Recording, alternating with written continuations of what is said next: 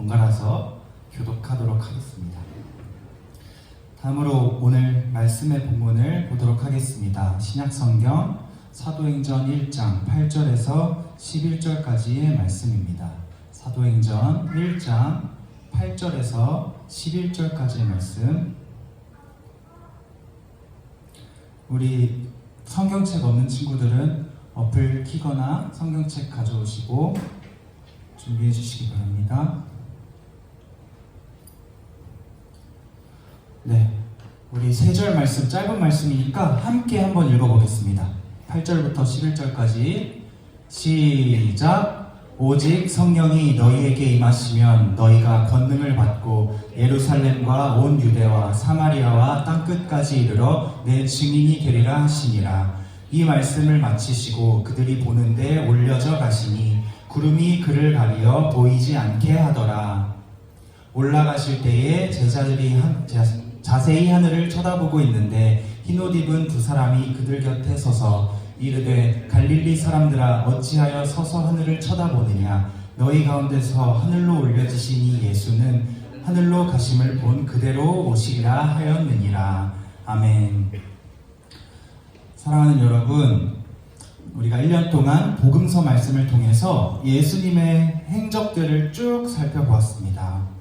아기 예수님으로 나신 그 탄생의 이야기부터 제자들을 부르시고 사람들을 만나시면서 치유하시고 기적도 베푸시고 결국 예루살렘에서 십자가 죽음을 맞이하시고 또 3일 만에 부활하시고 이런 예수님의 전 생애를 우리가 1년 동안 살펴보았는데 오늘 읽은 말씀인 사도행전은 복음서, 4개의 복음서 바로 뒤에 붙어있는 성경입니다. 누가복음의 저자가 누구인지 아나요, 여러분? 누가복음. 누가? 주양 어떻게 알았어요? 똑똑한 친구네. 누가복음을 누가 지었냐? 누가가 지었어요. 그런데 그 누가복음과 같은 책, 그러니까 쉽게 말하면 원피스 상편, 하편이 있어도 둘 다 원피스잖아요. 원피스로 예를 들어서 죄송해요. 제가 원피스 좋아해서. 근데 누가복음과 세트인 성경이 있어요. 바로 사도행전입니다. 이건 원래 한 권이에요. 한 권. 그런데 우리가 내용상 나누는 건데 누가가 누가복음도 썼고 사도행전도 썼습니다. 두 이야기가 붙어있어요. 그래서 오늘 우리가 읽은 말씀 사도행전 1장에 보면 예수님이 부활하신 후에 제자들 앞에 나타나시잖아요. 그래서 베드로한테 내가 나를 사랑하느냐 사랑하느냐 사랑하느냐 이런 말씀도 하시잖아요. 그 이후에 예수님이 어디로 가셨나 에 대한 이야기가 쓰여 있습니다. 예수님이 부활하셨으면 우리도 지금 예수님을 볼 수 있거나 아니면 예수님이 어디 생가가 있다거나 해야 되는데 없잖아요. 예수님 어디 계실까요, 여러분? 예수님 어디 계실까 지금? 아는 사람? 예수님 지금 어디 계실까? 어디 계실까? 마음속에 맞아요. 우리 마음속에 계시죠. 우리 마음속에 예수님이 계시고 그런데 우리가 인간적인 눈으로 봤을 때 인간이셨던 우리와 똑같은 사람이셨던 예수님은 그럼 어디 가셨을까? 어디 가셨을까? 오늘 말씀해 보니까 10절, 11절을 함께 읽어볼까요? 시작! 올라가실 때에 제자들이 자세히 하늘을 쳐다보고 있는데 흰옷 입은 두 사람이 그들 곁에 서서 이르되 갈릴리 사람들아 어찌하여 서서 하늘을 쳐다보느냐. 너희 가운데서 하늘로 올려지신 이 예수는 하늘로 가심을 본 그대로 오시리라 하였느니라. 아멘. 우리와 똑같은 사람의 몸을 입으시고 죽으시고 부활하신 예수님은 하늘로 올라가셨다라고 사도행전이 증언하고 있습니다. 우리가 이걸 승천이라고 하죠. 승천. 하늘로 올라가셨다.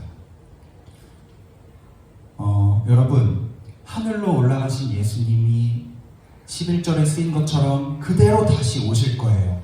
그때가 언제가 될지는 우리가 정확히 알 수는 없지만 오실 거예요. 그러면 예수님이 오시기 전까지 우리는 예수님 믿는 사람으로서 어떻게 살아가야 될까요? 누굴 의지하고 누굴 붙잡으며 누굴 바라보며 살아가야 될까요? 그것을 오늘 나눌 나누려고 합니다. 먼저 여러분, 예수님이 그럼 왜 올라가셨을까요? 하늘로. 부활하셨고 죽음의 권세도 이기셨는데 그럼 제자들과 또 우리들과 계속 함께 사셨으면 되는데, 그럼 너무 좋았을 것 같은데, 그럼 우리도 지금 예수님을 모시고 예배할 수 있을 텐데 예수님이 왜 가셨을까요? 하늘로? 요한복음 말씀에 힌트가 있어요. 자, 요한복음 14장 말씀이거든요. 1절, 2절, 3절 우리 번갈아서 읽고 3절은 함께 읽어볼게요. 너희는 마음에 근심하지 말아라. 하나님을 믿고 또 나를 믿어라. 세 번역이에요. 화면 보고 읽어야 돼요, 여러분. 시작.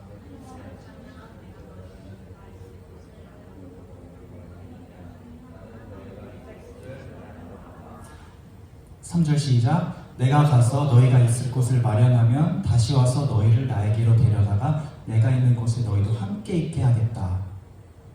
예수님이 왜 가셨다고 나와 있어요?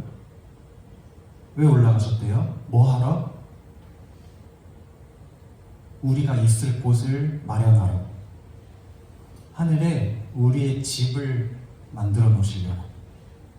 제가 누누이 여러분께 말씀드리는, 우리는 영원한 하나님 나라에서 영원히 한 식구가 되어 사는 하나님의 한 가족이다. 예수님께서 약속하신 말씀이에요. 예수님께서 하늘로 올라가시기 전에 제자들에게 주신 약속이에요. 내가 곧 너희를 떠날 것인데 왜 떠나냐면 하늘에 너희와 내가 함께 살 곳을 마련하기 위해서 내가 떠나겠다 라고 말씀하십니다.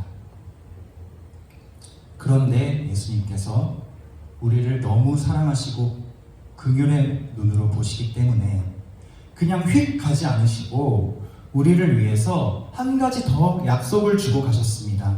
우리가 안심할 수 있도록. 그 약속의 말씀을 한번 읽어볼게요. 같은 요한복음 14장인데 조금 밑에 있는 16에서 18절 말씀이에요. 교독하겠습니다. 내가 아버지께 구하겠다. 그리하면 아버지께서 다른 보혜사를 너희에게 보내셔서 영원히 너희와 함께 계시게 하실 것이다.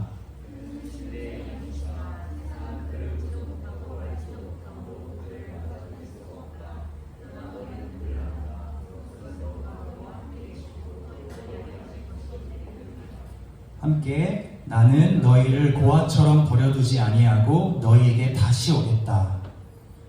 예수님이 가는 이유도 설명해 주셨고 가서 뭘 할 건지도 설명해 주셨고 다시 오기 전에 우리에게 성령을 보내시겠다고도 설명하셨고 그리고 결국 다시 우리를 데리러 오시겠다고도 설명해 주셨습니다. 이 믿음 가지고 우리가 살아갈 수 있는 겁니다. 예수님이 눈에 보이진 않지만 이 말씀 붙들고 우리가 예수님과 함께 살아갈 수 있는 겁니다.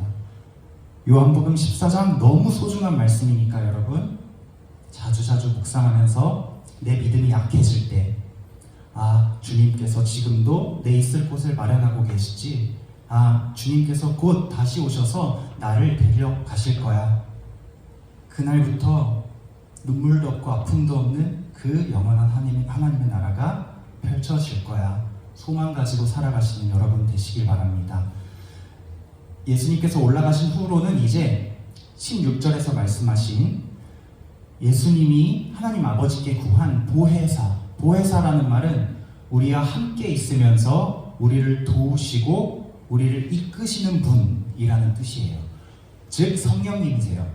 성령님을 우리에게 보내시겠다고 했어요. 그래서 누가복음과 이어지는 사도행전은 누가복음은 예수님 중심이었다면 이제 사도행전은 누구 중심일까요? 시연아? 맞아요. 뭐라고요? 성령님. 예수님의 영이신 성령님이 중심이 되는 이야기가 사도행전입니다. 진짜 재밌는 드라마, 역사 대하 드라마 같은 성경. 여러분 사도행전 보넬사, 무리도, 단일행, 전할전.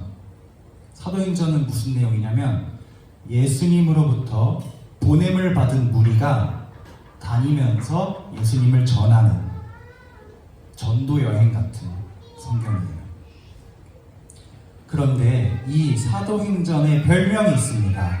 뭐냐면 성령행전.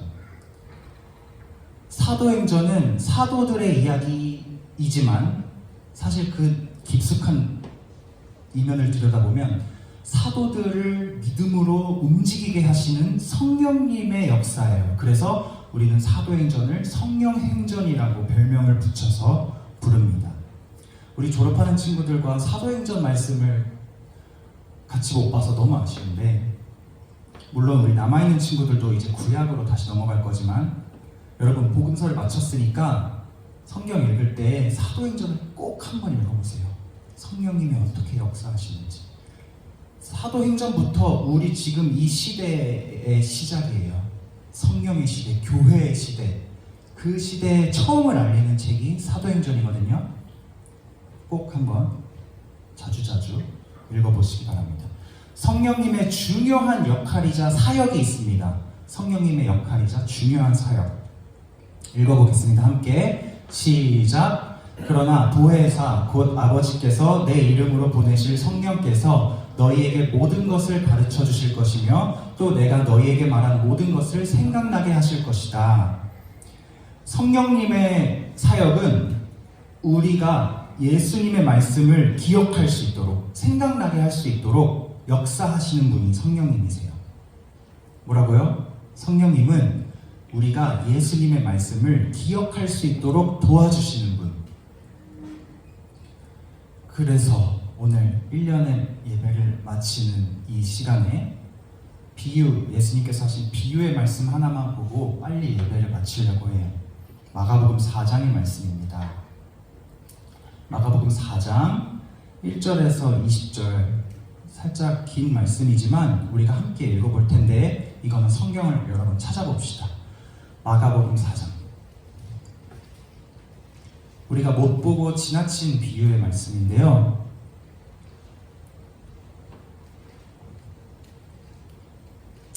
농부가 씨를 뿌리는 그런 비유예요. 마가복음 4장 1절에서 20절.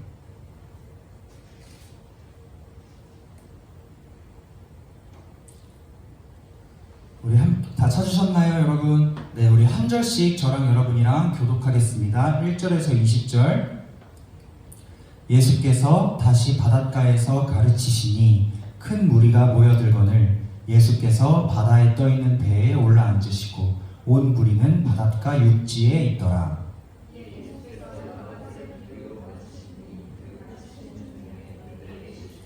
들으라, 씨를 뿌리는 자가 뿌리러 나가서 더러는 흙이 얕은 돌밭에 떨어지매 흙이 깊지 아니하므로 곧 싹이 나오나, 더러는 가시떨기에 떨어지매 가시가 자라 기운을 막음으로 결실하지 못하였고,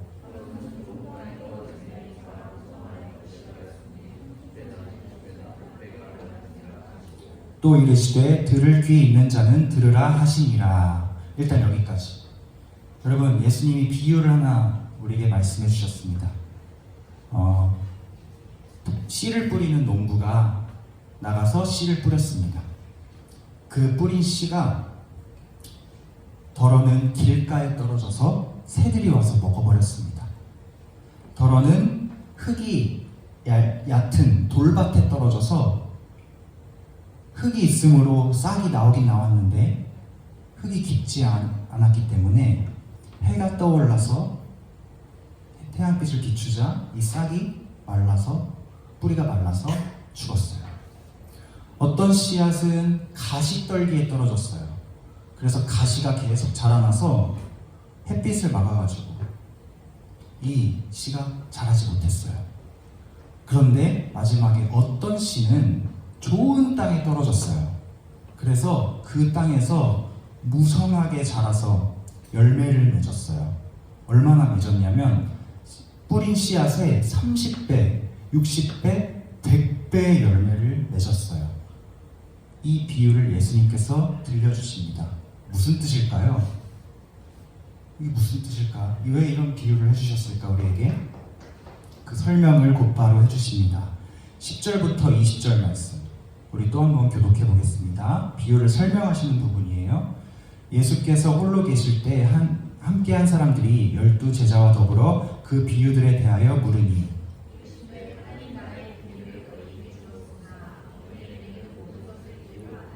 이는 그들로 보기는 보아도 알지 못하며 듣기는 들어도 깨닫지 못하게 하여 돌이켜 죄사함을 얻지 못하게 하려 함이라 하시고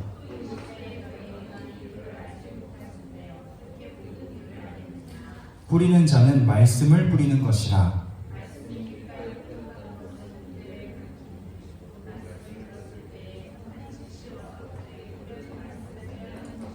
또 이와 같이 돌밭에 뿌려졌다는 것은 이들을 가리킴이니 곧 말씀을 들을 때에 즉시 기쁨으로 받으나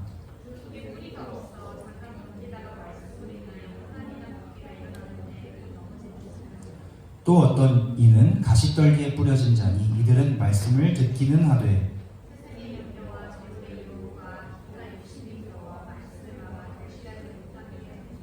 함께 마지막 절 읽겠습니다. 좋은 땅에 뿌려졌다는 것은 곧 말씀을 듣고 받아 30배나 60배나 100배의 결실을 하는 자니라. 아멘.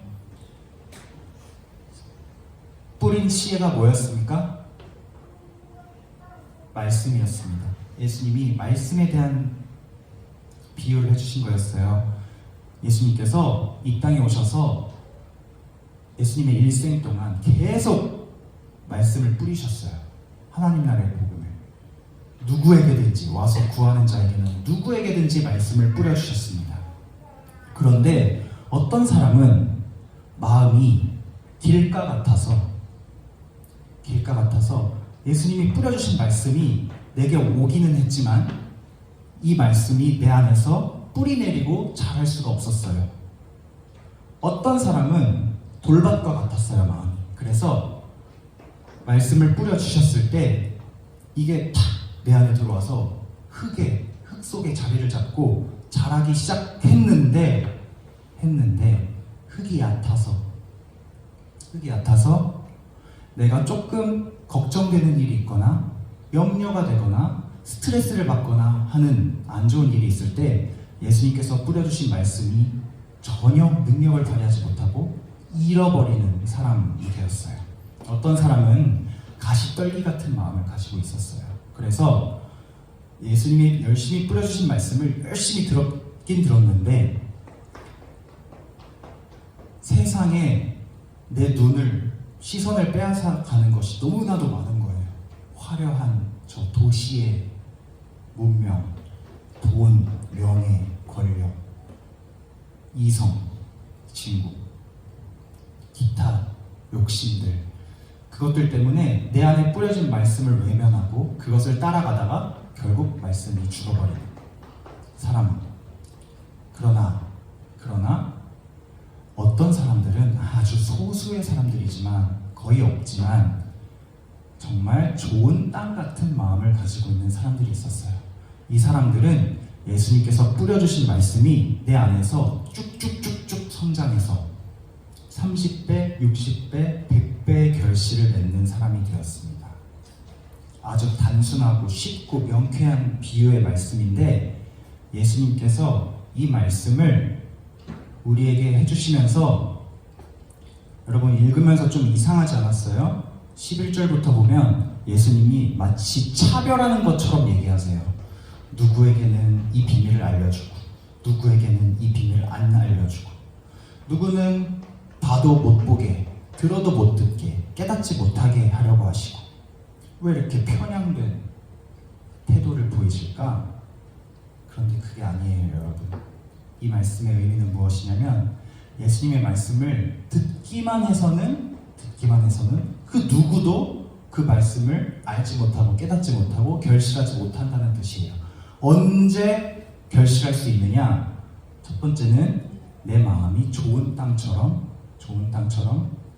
다른 방해물, 장애물이 없이 순수하게 예수님에게만 향해 있는 마음이 될 때 우리의 말씀이 결실을 맺고 더 중요한 두 번째 성령의 역할이 뭐라고 했죠? 성령님의 역사, 예수님의 말씀을 생각나게 하고 깨닫게 하시는 역사가 성령의 역사라고 했어요. 이 역사가 없으면, 성령님의 조명, 비추심이 없으면 말씀이 우리 안에 아무리 많이 들어와도 그 말씀이 능력이 되지 못합니다. 아직 성령님에 대해 몰라요. 이 당시에는, 이 비유를 하실 때는. 그래서 감추어진 비밀이었어요, 이 비유가. 그러나 지금은 사도행전의 시대를 지나서 교회와 성령의 역사가 지금 이 순간에도 활발히 일어나고 있는 성령의 시대인 지금 2024년에는 이 하나님의 비밀이 하나님의 비밀이 아니에요. 다 공개된 사실이에요. 성령님께서 도우시면 우리가 예수님의 말씀을 깨달을 수 있고 그것으로 결실할 수 있다. 30배, 60배, 100배. 그러므로 여러분, 마지막으로 제가 우리 사랑하는 중고등부에게 2024년 말씀을 전하면서 당부하는 것은 하나님의 말씀을 여러분의 삶의 자리에서 가까이 하시기 바랍니다.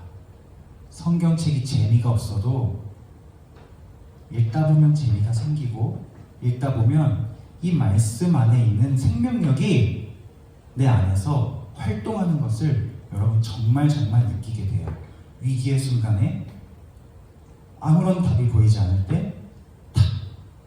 성령님의 조명함으로 말씀이 떠올라서 그 난관을 헤쳐나갈 수 있는 힘과 용기를 얻게 되는 그런 경험들, 예수를 믿는 사람이라면 저나 선생님들이나 어른들은 한 번 이상 다 해본 경험들이고, 여러분들도 자각하지는 못하고 있을 수 있는데 지금까지 말씀의 힘으로 버텨온 적들이 분명히 있을 거예요. 앞으로는 이제 어른이니까 여러분의 눈과 여러분의 입으로 성경을 읽으시고 깨달으시고 이것으로 삶을 승리하는 삶을 살아가는 힘을 스스로 얻는 여러분이 됐으면 좋겠습니다. 성경을 읽으셔야 돼요, 여러분. 마지막으로 에베소서 6장 10절에서 17절 말씀 읽고 말씀 마치겠습니다. 이 말씀은 세상을 살아가는 그리스도인들, 특히 고난과 박해를 정말 징그럽게 받고 있는 그리스도인들에게 뿌려진 말씀이에요. 우리도 이제 세상으로 나아가기 전에, 새로운 환경으로 나아가기 전에 이 말씀으로 무장되기 원합니다. 우리 한 절씩 교독하겠습니다. 끝으로 말합니다. 여러분은 주님 안에서 그분의 힘찬 능력으로 굳세게 되십시오.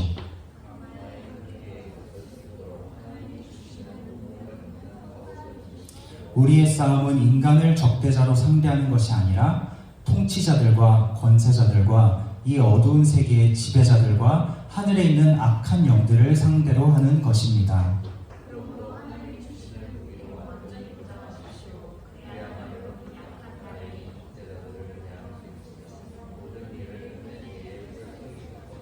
그러므로 여러분은 진리의 허리띠로 허리를 동이고 정의의 가슴마디로 가슴을 가리고 버티어 서십시오. 이 모든 것에 더하여 믿음의 방패를 손에 드십시오. 그것으로써 여러분은 악한 자가 쏘는 모든 불화살을 막아 꺼버릴 수 있을 것입니다. 함께 읽겠습니다.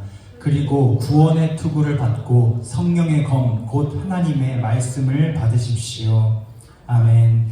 사랑하는 여러분, 2025년 새해를 앞두고 새로운 도전들 앞에서 떨리기도 하고 걱정도 많고 긴장되어 있을 것 같아요. 그러나 여러분, 우리는 힘이 없지만 작은 우리를 사용하셔서 30배, 60배, 100배 결실을 하게 하는 주님께서 우리에게 말씀을 많이 뿌려주셨습니다. 이미 우리 안에. 그러므로 그 말씀을 의지하여서 세상에 승리하는 새해가 되기를 여러분께 축복합니다. 우리 학생들도, 선생님들도, 저도 내년에는 더욱 서로를 위해 기도하고 말씀을 가까이 할 수 있도록 서로 권하고, 우리가 열매 맺는 거 아니라고 배웠죠? 요한복음 할 때, 15장 할 때. 열매 맺게 하시는 분은 오직 주님이시라고 배웠어요. 그러니까 서로가 다 주님께 붙어 있을 수 있도록 서로를 위해 중보하고 또 권하는 우리가 되길 소망합니다. 언제까지 그렇게 해야 되나요? 언제까지 우리가 성령을 힘입어서 말씀을 의지하며 서로를 권하며 살아가야 되나요? 평생 주님 다시 오실 때까지 우리